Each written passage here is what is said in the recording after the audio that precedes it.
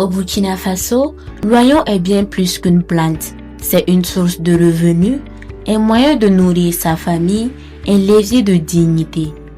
Mais produire de l'oignon de qualité sur des terres épuisées, c'est un défi que de milliers de producteurs connaissent chaque saison. Le projet Fori a testé et validé une réponse. Dans cette vidéo, des productrices et producteurs vous expliquent comment ils ont changé leur façon de fertiliser et ce que ça leur a apporté. Avant, beaucoup de producteurs travaillaient uniquement avec l'engrais minéral, le NPK et l'urée. La NPK ni ire la tonda taran kura. La yakata la poa. Tontin de ninga birga hantawa kwana. La anasal birga. NPK ni ire la tonda mina hataba. Anu rabata. La wakar kanga tonda kura.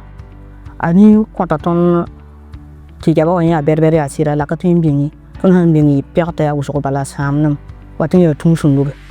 Des sols qui s'approviennent saison après saison, des oignons difficiles à conserver, des revenus qui peinent à couvrir les dépenses.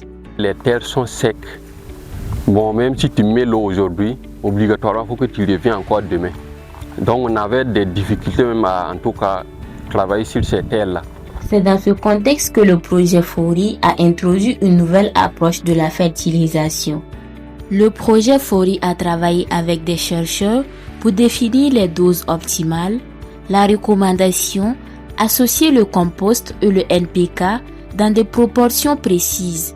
Ton pisi, hectare pour ni NPK à 200 kg hectare et le consommé utilisé. Selon ce qui était recommandé par la recherche, c'était 350 à 400 kg de NPK à l'hectare.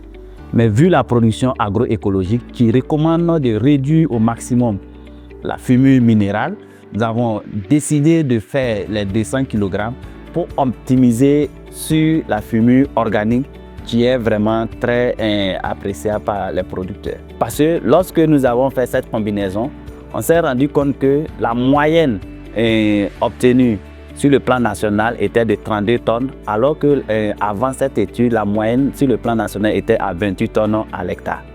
Donc, les producteurs, c'est bénéfique pour les producteurs cette combinaison avec les 20 tonnes de fumure organique et 200 kg de NPK à l'hectare. Et aussi, en termes de conservation, nous avons eu des rendements de conservation autour de 72%.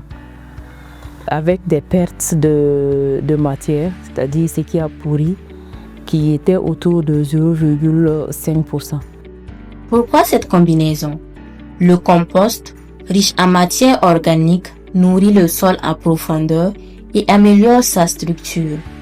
Le NPK apporte les éléments minéraux pour la croissance rapide de la plante. Ensemble, ils se complètent.